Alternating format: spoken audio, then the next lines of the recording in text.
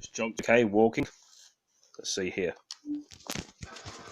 Next to him today, one of the women he's promoted as Prime Minister. But how has Boris Johnson treated others who found themselves by his side? Can we trust you, Prime Minister? This morning, he asked us to believe his account of a dinner 20 years ago. Did he grab the thigh of the journalist Charlotte Edwards, sitting on his right? No, and I think what the public want to hear is about what we're doing to level up and unite the country. You're saying it didn't happen, that she made it up? I'm just saying what I've said. Boris Johnson's word. If his cabinet had come to discuss party politics, well, they too spent the day talking personal lives. You question Prime Minister's word when he says he didn't touch a journalist's thigh. Downing Street has been very, very clear about this. There is no truth in these allegations, and I don't have a comment to add. Very difficult for anybody who wasn't there to know the details, and of course we must therefore choose who we trust, and I do trust the Prime Minister. Do you feel comfortable serving in the cabinet given the allegations about his treatment of women? Well, I think you've just said the right word there, allegations. And I do trust Boris Johnson. I've worked with him for a long time. So when you know more than you know, and as you said, there are allegations, then you need to come back. Do you think the Prime Minister has a woman problem? No, I don't think he's got a woman problem. I think he's taking the country forward in a very positive way, and we've got a cracking team, including some of the best women in politics. But the promotion of women is also an issue for Boris Johnson. His friendship with the businesswoman Jennifer Arcuri still under investigation, with allegations he helped her access public grants and trade missions. Today, his partner Carrie Symonds was happy to be pictured at conference. But how does the party faithful feel about being associated with their leader? Everybody's human. He's only a human being. What do you expect him to be? Just some political robot that has sat there and manufactured his whole life? But he is Prime Minister, so yes, standards are higher, no? I wouldn't necessarily. I think that's a hard question to answer, but I disagree with that. He's a human being. The problem is, like, you want on the one side politicians to be these uber relatable, natural people that look like us. Yet, by the same token, we hold them up to ridiculously high standards in their personal life. Well, I think there's a lot of muckraking, personally. And we're talking about something that happened over 20 years ago. If you're going to hold public office, you have to live up to that. Do you think Boris Johnson is living up to it at the moment? So far, possibly not. Half of this conference has already flown by, a blur of accusations as well as announcements. Tomorrow, the party tries to pull the focus back to the conference floor. Paul Brandt, News at 10, Manchester. Well, that was very interesting. I mean, what could one say today but fine? We're going to smell Boris Johnson. Well, I said Boris Johnson because of course it was Michael Gove who stabbed him in the back in 2016 when he wanted to run for leader. But then people in politics. It's a bit loud that I won't do that. Where are my words at today?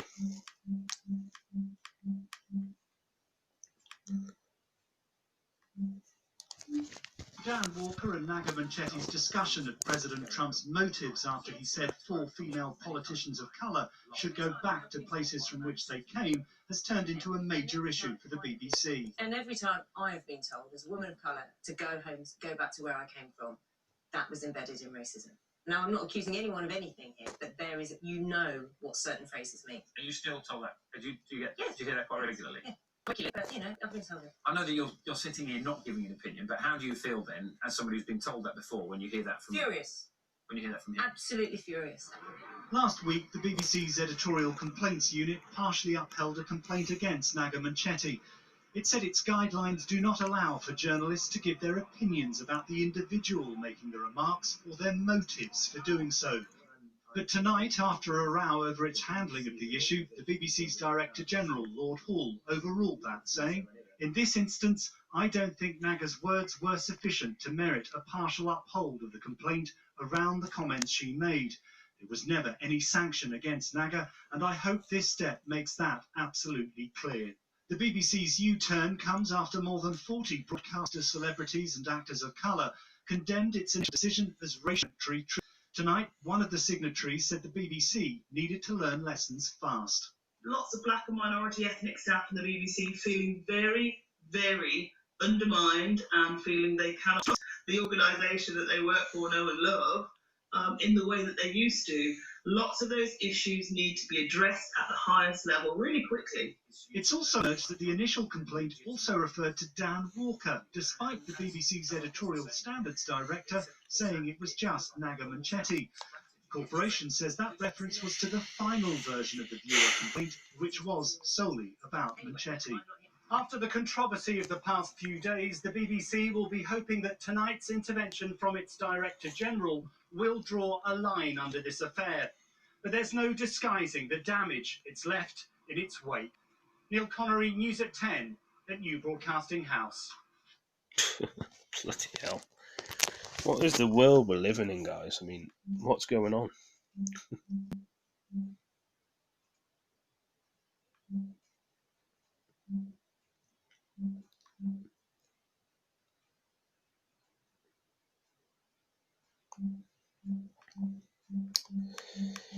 In deep thought all the time, and the sage away.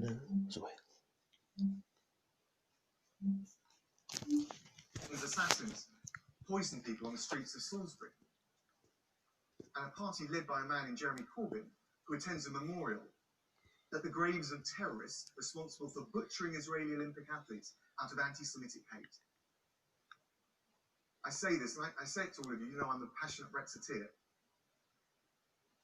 There are some things even bigger than Brexit. And keeping that lot out of Downing Street is one of them.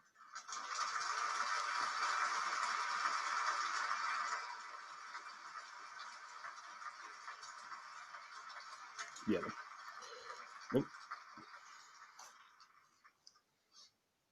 So, to any of our colleagues or former colleagues who may just be tempted to put Jeremy Corbyn and that momentum mob into number 10 as part of some kind of temporary anti-Brexit coalition, I just say this: history would never forgive you.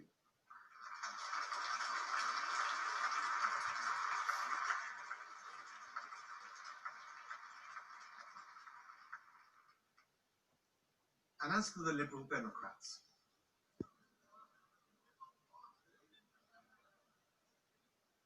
they want to scrap the result of the 2016 vote. You can't call yourself a Democrat, put it in the name of your party, and then try to cancel a referendum.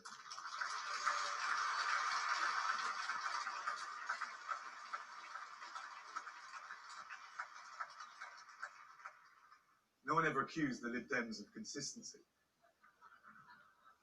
But when it comes to offences under the Trade Description Act, they are guilty as charged.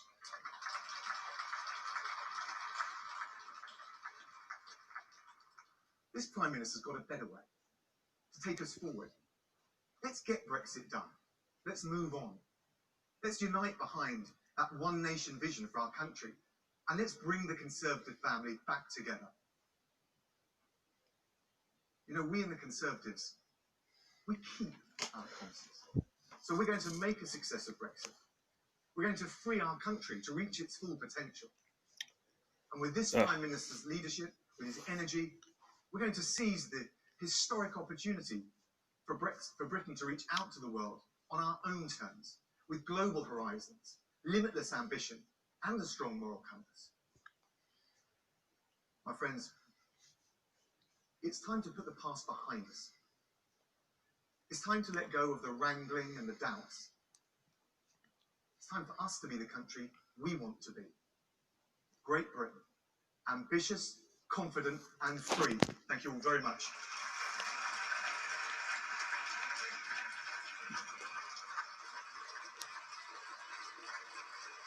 Thank you.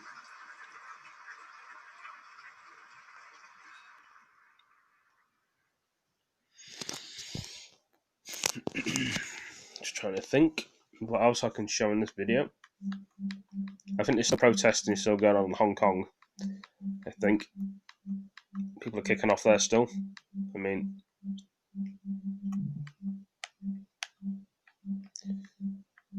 let's see. I probably should like another video, I think.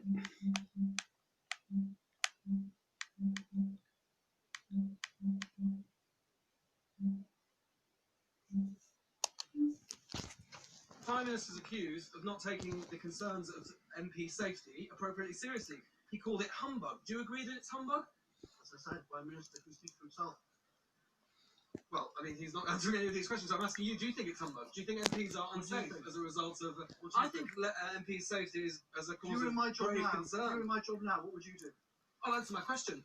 Would you? Yeah, absolutely Okay, would. Well, do you think it's a... it's not a laughing matter, Mr. Cummings. Is it a matter of concern? Do you think it's Labour MPs or any MP's safety is a matter of concern? Are you responsible for whipping up an atmosphere of danger for MPs with a rhetoric that you and the Prime Minister are responsible for? Answer the question. All right, let's try a different one. Will the Prime Minister be obeying the law, Mr. Cummings? All governments obey the law, or they try to. So will the Prime Minister be obeying the Ben Act? What did I just say? So I can take... Oh, that's good. So I take from that the Prime Minister is going to be obeying the... Is going to obey the Ben Act. So he's going to be sending, if no deal by October 17th, he'll be sending that letter to the council. Is that correct? We can take it from the letter. He'll explain what he's doing on the 17th, on the 19th of October when we get there. But MPs are very keen to know the answers to my question. MPs are keen to know all sorts. Well, indeed, there are democratically elected representatives for whom I'm sure that you have the utmost respect, as do I. So, will the Prime Minister be writing that letter? The Prime Minister will make clear what he's going to do at the right time. It shouldn't really be a matter of debate, should it? He'll be writing the letter. I don't think you understand anything about negotiations if you read that. Well, it doesn't really matter, does it? Because the law is the law. The law is the law of the land. You don't seem to know whether you're trying to ask me questions or whether to interrupt all the time. All right, okay. I won't interrupt in follow-up to this. Will the Prime Minister, on October the 17th, if he hasn't got a deal, be writing a letter to the European Council asking for an extension of Article 50, yes or no? You're confused about the dates. You don't even know the basics of the subject you're asking about. All right, in late October, the Prime Minister is supposed to be having to ask for an extension. Do you know what date the Ben Act talks about? He's supposed to be having to ask for an extension. Do you know what date the Ben Act talks about? The European Council is October the 17th, and shortly after that, if there is no deal... What date is the Ben Act? Shortly after that, in early October, I forget the exact date off the top of my head, but it doesn't matter. You know as well as I do that it is in late October, so let's not try and be... Another clueless gentleman? No, it's not a stupid question to ask whether or not the Prime Minister is obeying the law, is it, Mr. Cummings? Let me ask you another question. The defeat you had on the Supreme Court this week, was that all part of your master plan, 11-0, over the prorogation of Parliament? I don't have a master plan. Really? Because people say you do. Well, people say all sorts of things. You say all sorts of things, you don't know what you're talking about. Right, so everyone watching at home should know, don't watch the news. Is it really? Yeah. And why is that? Well, because I have people like you on asking questions and you don't even know it's the 17th of October or 19th of October. Well, no, that's your job. That's your job to know that. You don't even know that. It's just very, very interesting to know just exactly whether or not the Prime Minister is going to be obeying the law. I mean, we can get into kind of, one-upmanship about this, but I actually think it's really, really serious if the Prime Minister of this country is actually trifling and suggesting he might not obey the law. So you can get all funny with me about whether I know a particular date or not, but I think it's really, really important whether or not the Prime Minister of this country is going to obey the law, because if he doesn't obey the law, then I might not choose to obey the law tonight. Nobody might choose to obey the law tonight. I don't think that's the right attitude. You don't just watch criminals and then say, oh, you're going to become a criminal. But that's exactly what that's exactly the point. That's what toddlers do. Exactly the point. And the Prime Minister... You're talking like a toddler. The Prime Minister is the one who is saying that he's not going to obey the law. So if the Prime Minister, the person with the highest political and legal office in the land, isn't choosing to obey, is suggesting that he might not obey the law, why the hell should any of the rest of us? Answer me that, Mr. Cummings. Or do you not have an answer? I think you're not a very good journalist, mate. Really? Well, I don't really care what you think. I care far more about the future of the country and whether or not the Prime Minister is going to obey the law. Prime Minister said, is he going to obey the law or not? You already asked that question. I already said. And so is he going to write the letter? This clown, what's he like, eh? I don't care whether you're not you're insolvent, because I couldn't care less what you think of me. I'm just asking a very basic question. I've already said, and I don't think you can. You're so panicky and you're talking so much, you can't listen to what's being said to you. I've listened to every word you said, Mr. I said 10 minutes ago, of course the Prime Minister will obey the law. That's what all governments do. So he's going to. That's what this government. Write the letter. It's just no deal. No, you're talking about the Ben Act. We'll see what we do about the Ben Act when we get to the right date. You don't know the date. Do you think that it's? Do you think it is? Is it the 17th or 19th? Do you think that it is? Or the 18th? Do you think that the Ben Act? Do you think you've got a way around the Ben Act? If you're going to do interviews, why don't you actually research what you're talking about before you come out here? Then you would look like such a joker. Okay. Do you think that the Ban Act is a piece of law that you'll have to follow? Or do you think there is a loophole in it? Well, there are obviously loopholes in it because the Remain lawyers are all babbling away on Twitter about the loopholes. So they've said themselves that there are loopholes. So you think you're going to be able to exploit a loophole? I didn't say that, did I? Bloody hell. There's a lot of people in the world that just seem to have a lot of attitude. You know, everyone's different, fair enough, but why is there so many people that are just argumentative in attitude? So you find I find against some people, guys, not everybody, but some people help themselves and say all sorts of things to people, and you know. Anyway, we're going to put some fireworks on, tear gas. Students protest again in Hong Kong, I think.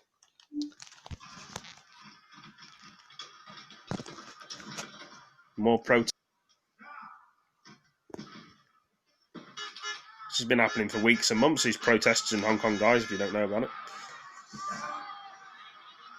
People are sick of the government there, I think.